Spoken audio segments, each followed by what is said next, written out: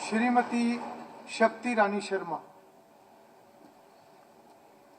अध्यक्ष महोदय, मैं माननीय मुख्यमंत्री जी ने जो प्रस्ताव आज सदन में रखा है उसके पक्ष में बोलने के लिए खड़ी हुई हूँ।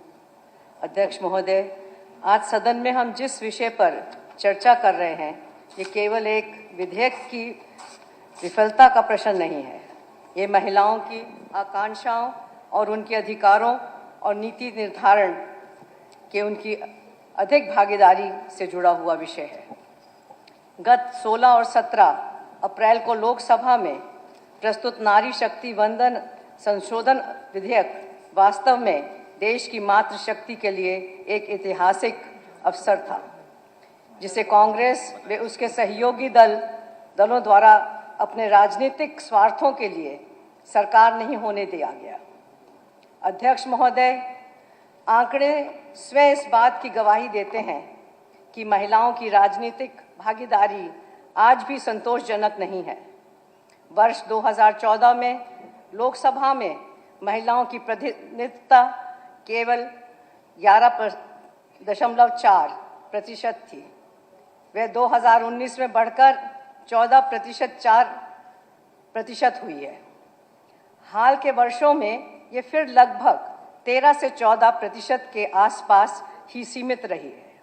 ये स्थिति स्पष्ट रूप से दर्शाती है कि देश की आधी आबादी जो अभी भी निर्णय लेने की प्रतिक्रिया में वह स्थान नहीं मिल पाया है जिसकी वह हकदार है। इसके विपरीत जब हम अंतर्राष्ट्रीय स्तर पर देखते हैं तो कई देशों में जैसे रवांडा, स्वीडन, नॉर्वे, फिनलैंड में महिलाओं की भागीदारी 40 से 60% है, पहुंचकर एक प्रेरणादायक उदाहरण बन चुकी है। अध्यक्ष महोदय, हमारे देश में भी महिलाओं के सशक्तिकरण की दिशा में कई ऐतिहासिक कदम उठाए गए हैं। वर्ष 1987 में स्थानीय स्वशासी संस्थाओं ने महिलाओं के लिए 33% आरक्षण का विचार सामने आया, जिसे बाद में संवैधानिक संशोधन के माध्यम से सशक्त किया गया। संस्कृति रूप में भी महिलाओं को जोड़ने के लिए प्रदेश भर में महिला सांस्कृतिक केंद्र खोले जा रहे हैं। अब तक 500 सांस्कृतिक केंद्र खोले जा चुके हैं। प्रदेश में महिलाओं के स्वास्थ्य के लिए भी कई योजनाएं चलाई जा रही हैं। प्रधानमंत्री मातृ वंदन योजना, मुख्यमंत्री मातृ सहायता योजना, मुख्यमंत्री दूध उपहार योजना, महिला एवं किशोरी सम्मान योजना या फिर मिशन इंद्रधनुष। हम हर प्रकार से महिलाओं और बच्चों के स्वास्थ्य का ख्याल रख रहे हैं। माननीय प्रधानमंत्री श्री नरेंद्र मोदी जी ने गत 28 फरवरी को सर्वाइकल कैंसर से बचाव के लिए पूरे देश में किशोरियों को निःशुल्क HPV वैक्सीन लगाने का शुभारंभ किया। मुझे बताते हुए गर्व हो रहा है कि उसी दिन हरियाणा में भी माननीय मुख्यमंत्री जी ने द्वारा इस अभियान की शुरुआत की गई थी। प्रदेश में अब तक 14,000 से अधिक बेटियों को HPV वैक्सीन लगाई जा चुकी है। इसी क्रम को आगे बढ़ाते हुए नारी शक्ति वंदन विधेयक संसद और विधानसभाओं में महिलाओं को 33% आरक्षण देने का एक सशक्त प्रयास था।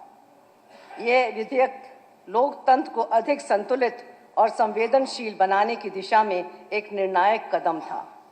अध्यक्ष महोदय, इस विधेयक को लेकर कुछ आकांक्षाएं भी व्यक्त की गईं, चाहे वो जनगणना और परिसीमन से जुड़े हुए पहलू हों या विभिन्न राज्यों के प्रतिनिधित्व को लेकर चिंताएं हों। लेकिन ये समझना आवश्यक है कि परिसीमन की प्रतिक्रिया लोकतंत्र की ओर अधिक मजबूत बनाती है। इससे न केवल बेहतर प्रतिनिधित्व सुनिश्चित होता है, बल्कि सुशासन, पारदर्शिता और संसाधनों के न्याय संगत वितरण को भी बढ़ावा मिलता है। यदि ये विधेयक लागू होता तो लोकसभा और विधानसभाओं की सीटों में वृद्धि के साथ साथ छोटे छोटे क्षेत्रों को भी बेहतर प्रतिनिधित्व मिलता। महिलाओं को केवल मौन मतदाता नहीं बल्कि नीति निर्माता बनने का अवसर प्राप्त होता।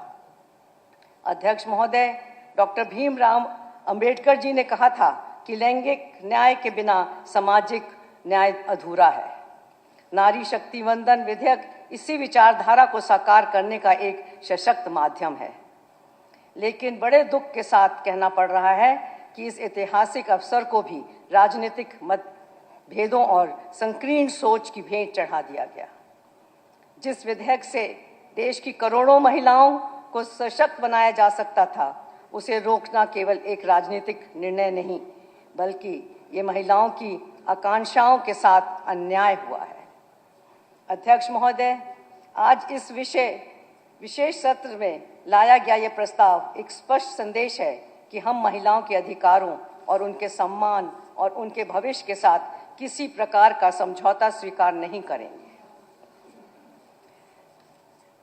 मैं सदन के सभी माननीय सदस्यों से आग्रह करती हूं कि आप सब इस विषय की गंभीरता को समझें और इस प्रस्ताव का समर्थन करें।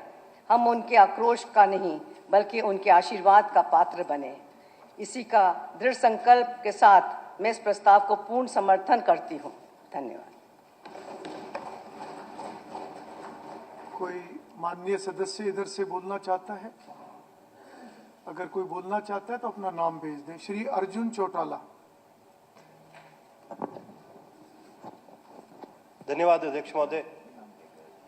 अध्यक्ष महोदय, जब